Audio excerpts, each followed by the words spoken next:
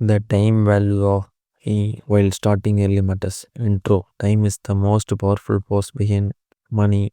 Imagine two people, Alex and Jordan. Alex starts investing at age 20 and invests a small amount every month for only 10 years. Jordan waits until age 30 but then invests same monthly amount for the next 30 years. Who ends up with more money? Most people instinctively think Jordan should win because Jordan invested for three times as many years. But depending on the rate of return and exact contribution pattern, Alex early start can create a surprisingly powerful advantage. This is the idea behind the time value of money or TVM. The basic principle is simple. Money available today is generally worth more than the same nominal amount received in the future because today's money has more time and the opportunity to earn returns. But this concept goes far beyond investing. It affects savings, loans, retirement planning, business decision, inflation, education, real estate, and almost every major financial choice we make. A dollar today is not economically identical to a dollar 10 years from now. A rupee today is not economically identical to a rupee 10 years from now. The same applies to euros, pounds, yen, pesos, or any other currency. Why? Because money interacts with three powerful forces: time, returns, and inflation. In this video, we will explore the time value of money through 10 connected ideas, showing exactly why starting early can dramatically change your financial future. Point number one: money today has more potential than money tomorrow. The first principle of the time value of money is that money received today generally has greater economic potential than the same nominal amount received in the future. Imagine someone gives you two choices.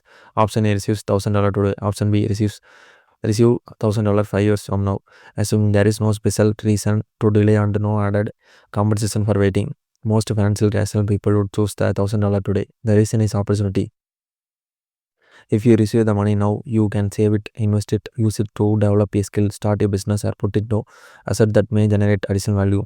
Suppose you invest that $1,000 and earn an average annual return of 7%. After 1 year, it could become approximately $1,070. After 5 years, without adding another dollar, it could grow to approximately $1,403. The $1,000 received 5 years later is still only $1,000 in nominal terms. The difference is created by time. Money itself does not automatically grow simply because a calendar moves forward. It grows when capital is productively deployed and earns a return. That difference is important. The time value of money does not mean every investment will make money. Returns can fluctuate and investments can lose value. Instead, the concept means that money available earlier has greater opportunity to put to work. There is also another factor: flexibility. Money today gives you choices today. You can respond to an emergency, take advantage of an investment opportunity, reduce expensive debt, or fund something that increases your future earning capacity. Future money cannot solve today's financial need. This is why businesses discount future cash flow when evaluating investments. It is why lenders charge interest. It is why investors expect compensation for committing their capital over time. Let's say example. Imagine Maria can receive you €5,000 today or 6,000 as a 5,000 today after 10 years. If she receives it today and earns an average of 5% annual return, the money could grow to €8,400 after 10 years. By waiting, she gives up the potential to earn approximately €3,144 in growth. The first lesson is clear. The earlier money becomes available, the longer it has to potentially create more money. And this brings us to the engine that makes well investing so powerful: compound growth. Next, point number two: compounding allows returns to generate their own returns. Compounding is one of the most important mechanisms in long-term finance. With simple growth, you earn a return only on your original principal. With the compound growth, you can earn returns on both your original principal and previously accumulated returns. This creates a snowball effect. At first, the progress may look slow. Then, as the base becomes larger, the amount of potential growth can accelerate. Suppose you invest $10,000 and hypothetically earns 8% annually. After the first year, you have $10,800. In the second year, you are no longer earning 8%, only $10,000. You are earning it on $10,800. At the end of the second year, you would have approximately $11,664. The following year, the potential returns are calculated on an even larger amount. Over 1 or 2 years, the difference may seem modest. Over several decades, the effect can become enormous. At 8% annual compound growth, $10,000 could theoretically become approximately $21,000 after 10 years. After 20 years, approximately $46,000. After 30 years, approximately $1,00,000. After 40 years, approximately $2,17,245. Notice what happened. The original amount never changed. No additional contribution were made in this simplified example. Only one time and the hypothetical compounded returns changed the outcome. Of course, real Real investment returns are not guaranteed and rarely arrive at exactly the same rate every year. Markets rise and fall. Fees and taxes can reduce actual results, but the mathematical principle remains fundamental. Example, think of planting a fruit tree. During the first few years, the harvest may be small, but eventually tree produces fruit containing seeds. Those seeds can grow into additional trees, which can produce more fruit and more seeds. Compound growth works similarly. Previous growth becomes part of the base that can generate future growth. This is why time can be more powerful than the size of your first investment. But to understand just how important an early start can be, we need to compare two investors who began at different stages. Point number three, starting early can matter more than starting big. Many people delay investing because they believe their starting amount is too small. They tell themselves, I'll start when I earn more. I'll invest when I get a better job. I will begin after my expense decreases. Sometimes delaying is unavoidable, especially when basic needs or expensive debt require priority. But when someone has the financial capacity to start safely, waiting for the perfect income can sacrifice something that cannot be recovered time. Consider two hypothetical investors, Emma and Daniel. Emma starts investing $200 every month at age 20. Daniel starts investing $200 every month at age 30. Assume both continue until age 60 and hypothetically earn an average annual return of 7% with monthly compounding for illustration. Emma invests for 40 years. Her total personal contributions are $96,000. Her portfolio could grow to approximately $5,25,000. Daniel invests for 30 years. His total personal contributions were $72,000. His portfolio could grow to approximately $2,44,000. Emma contributed only $24,000 more personally. Yet her hypothetical ending balance is more than twice Daniel's. Why? Because her earliest contributions had an additional decade to compound. The money invested at age 20 had 40 years of potential growth. The money invested at age 30 had 30. That 10-year difference transformed the outcome. The lesson is not that everyone must start at age 20. The lesson is that whenever you starting earlier than you otherwise would gives your money more potential time to work. A 40-year-old starting today may still have an advantage over waiting until 45. A 50-year-old starting today may still be better poised than waiting another 5 years. The principle works at every stage.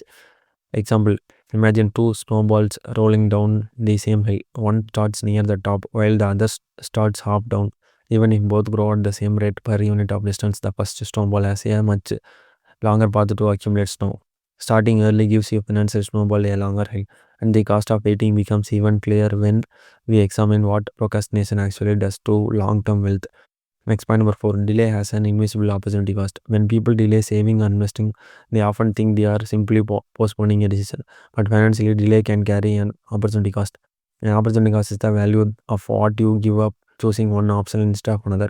Suppose you can invest $300 per month today but decide to wait for 5 years. At first glance, you may think the cost of waiting is simply $300 multiplied by 12 months multiplied by 5 years, that equals $18,000 is missed up contributions, but that is not the complete cost. You also lost all the potential future growth those early contributions could have generated. Suppose someone invests $300 per month for 30 years at a hypothetical 7% average annual return with monthly compounding. The result could be approximately $360,000. If the same person waits for 5 years and invests for only 25 years, the result would be approximately $243,000. The difference is roughly $123,000. Yet the missed direct contribution during those 5 years were only $18,000. The much larger gaps lost compounding time. This is why procrastination can be expensive even when it does not feel expensive today. There is no bill arriving in your mailbox saying amount due for waiting for 5 years $123,000. The cost is invisible because it exists as future wealth that was never created. This does not mean people should invest money they need for rent, food, healthcare, emergency savings, or essential obligations. Financial priorities matter, but once basic financial stability exists, unnecessary delay can have a significant long-term cost. Example, imagine you are offered a piece of land where you can plant one tree every month. You decide to wait 5 years before planting anything. After 5 years, you can begin planting, but you cannot go back in time and give those first trees their last years of growth. Money works similarly. You can earn more money, you can increase future contribution, but you cannot purchase yesterday's compounding time. This actually leads to an important question. If you start late, can investing more money compensate for lost time? Next point number five. Starting late often requires much larger contributions Time and money can partially substitute for each other. If you have more time, you may be able to reach your financial target with smaller regular contributions. If you have less time, you generally need to contribute significantly more. Suppose your hypothetical goal is to accumulate 5 lakh dollar by age 60. Assume an illustrative annual return of 7% compounded monthly. If you begin at age 20, you would need to invest approximately $191 per month. If you begin at age 30, you would need approximately $410 per month. If you begin at age 40, you need approximately $960 per month. If you begin at age 50, you would need approximately $2,900 per month. The target is exactly the same. The hypothetical rate is exactly the same. Only the starting time changes. This demonstrates why early investing can reduce the financial pressure placed on your future self. Starting early does not require predicting the perfect investment. It does not require becoming wealthy immediately. Its greatest advantage is simply giving each contribution more time to potentially compound. Someone who starts late can still build sustainable wealth. Higher contributions, increased income, control expenses, and disciplined investing can all help. But the mathematics become less forgiving as the available time horizon shrinks. Example: imagine you need to fill a large water tank. If you have 40 hours, a small steady flow may be enough. If you have only 4 hours, you need a much stronger flow. The target did not change, the available time did. This is the financial advantage of starting early. Time can reduce the amount of effort required from each individual contribution. But investment growth is only one side of the time value of money. The other side of is the declining purchasing power of money caused by inflation. Next point number 6. Inflation makes future money buy less. Inflation is the general increase in prices over time. As prices rise, each unit of currency buys fewer goods and services. Suppose a basket of everyday goods costs $100 today. If inflation averages 3% annually, a similar basket could cost approximately $134 after 10 years. After 20 years, approximately $181. After 30 years, approximately $243. This means that keeping money completely ideal for decades can expose it to purchasing power erosion. The number printed on your account statement may remain unchanged, but what that money can buy may decrease. This is why financial planning should distinguish between nominal value and real value. Nominal value is the base amount of money. Real value reflects its actual purchasing power after accounting for inflation. Suppose your investment earns 6% in a year while inflation is 3%. Your approximate real return is not full of 6%. A simplified estimate would be around 3%, although the exact inflation adjusted calculation is slightly different. This distinction is essential for long-term goals. If you say, I need $1 million in 30 years, the important question is, what will $1 million actually buy 30 years from now? The answer depends heavily on inflation. Example: imagine your grandparents describing how little a house, meal, or cinema ticket cost decades ago. The products may be similar, but the amount of currency required to purchase them has changed dramatically. This does not mean cash is useless. Cash is crucial for emergencies, short-term needs, and financial stability. The key is matching the financial tool to the time horizon. Money needed next month should not be treated the same way as money intended for retirement several decades from now. And that brings us to a crucial concept: the relationship between time and investment risk. Next point number 7. A longer time horizon can change how you manage risk.